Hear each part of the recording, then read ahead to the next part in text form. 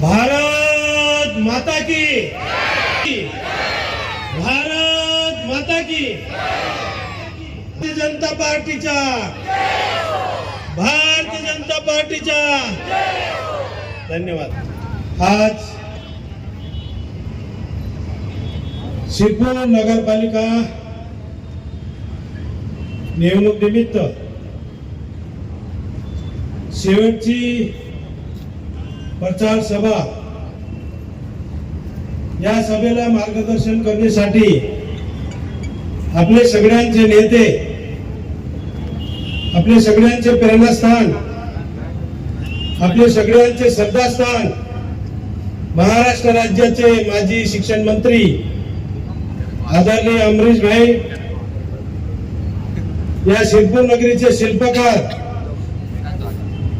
आदरणीय भूपेश भाई,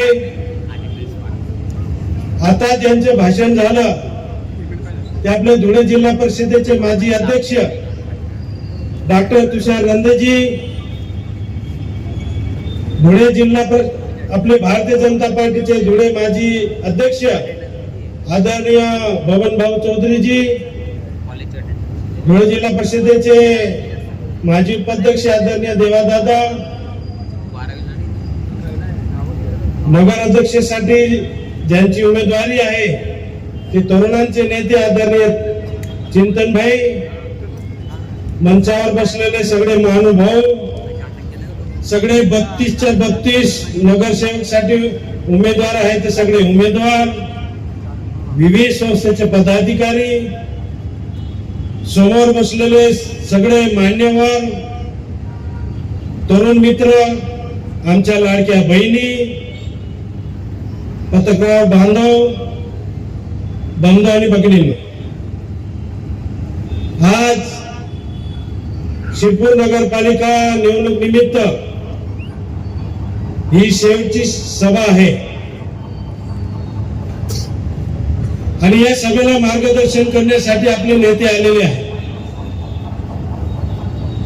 बंधू आणि भगिनींनो, मी आपल्याला सांगेन 1985 चा शिरपूर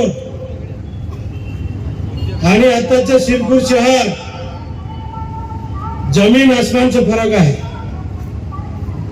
हे कशामुळे झालं? 1985 मध्ये आपले नेते अमरीश भाई या नगरपालिकेचे अध्यक्ष झाले आणि त्यापासून शिरपूर नगरामध्ये विकास कामाची सुरुवात झाली। जेव्हा जेव्हा अमरीश भाई नगराध्यक्ष होते तेव्हा त्यांचं जे पद होतं तेव्हा वेगळं वेगळं शिरपूर दिसायला लागलं आणि नंतर भूपेश भाई नगराध्यक्ष म्हणून आले, ते सुद्धा नगरपालिकेमध्ये नगर सुधारण्याचं काम भूपेश भाईंनी केलं। नंतर भाभीजी आले, भाभीजींनी महिलांसाठी शहरामध्ये चांगलं काम केलं, सगळ्या शहरासाठी चांगलं काम केलं आणि आता तरुण नेता चिंतन भाई आपल्या समोर आलेले आहे। त्यासाठी मी आपल्याला सगळ्यांना विनंती करेन की ज्या पटेल घराण्याने या शिरपूर नगरीमध्ये शिरपूर नगरीचं कायापालट केलेलं आहे, त्याच घराण्याचे उमेदवार तरुण तडफदार नगर अध्यक्ष म्हणून समोर आलेले आहे। त्यासाठी मी आपल्याला सांगेन की आणखी पुढे आपल्या शिरपूर शहर हा वेगळा दिसणार नाही। त्यासाठी आपल्याला सगळ्यांना विनंती करेन की आपल्याला जे भारतीय जनता पार्टीने उमेदवार दिलेला आहे, चिंतन भाई असेल, 16 प्रभागामधून 32 उमेदवार असतील, या सगळ्यांना आपल्याला भरघोस मताने विजयी करायचा आहे। निवडणूक परेडमध्ये सगळे विरोधक येऊन सभा लावल्या, प्रत्येक वार्डामध्ये सभा केल्या, सगळे विरोधक भाषण करून चालले गेले आणि त्यांनी सांगितलं एक औरंगाबादचा पुढारी आला, ते भाषणामध्ये सांगून गेला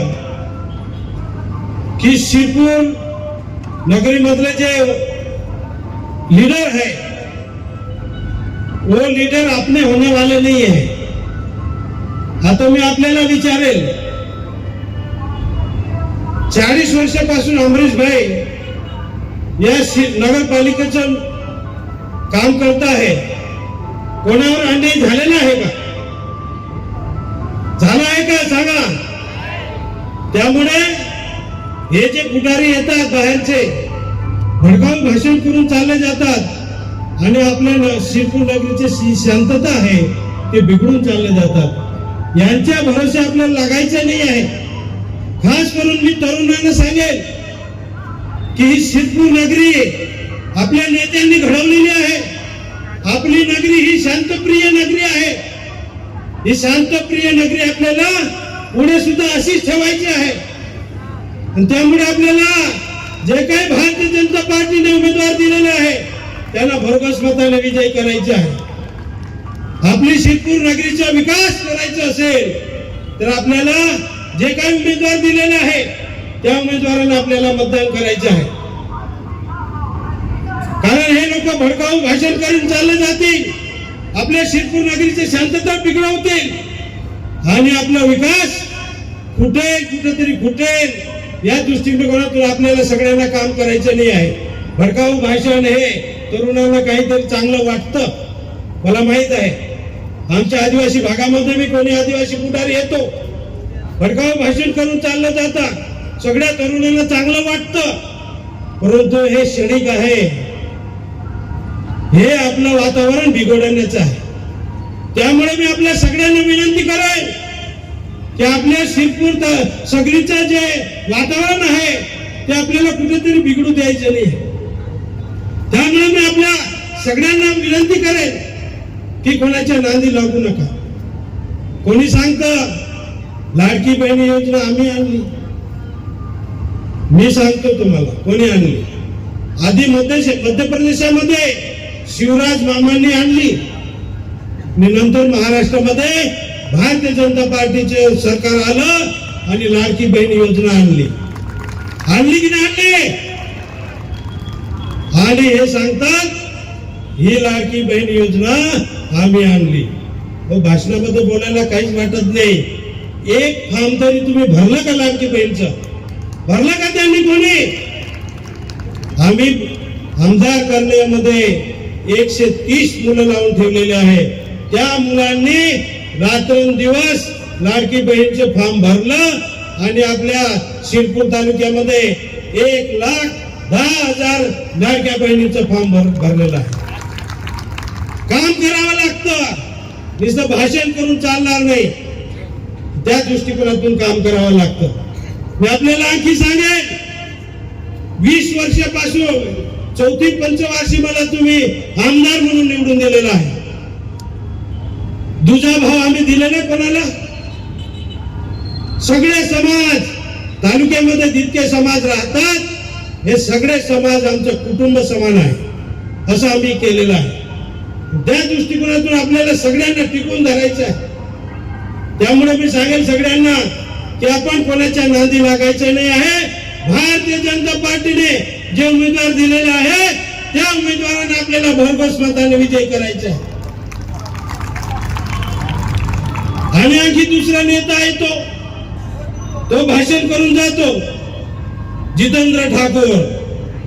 तो काय सांगतो, मी 3 पंचवार्षिक या तालुक्यामध्ये उमेदवारी केलेली आहे आणि आकडा काय सांगतो, 72,000 लीडने मी आलो, म्हणजे 72,000 मला मतदान मिळालं असं त्यांनी म्हटलंच नाही की या पंचवार्षिकला मी उभं राहिलो, माझी दीपावली जमा झाली, असं काही बोललं नाही।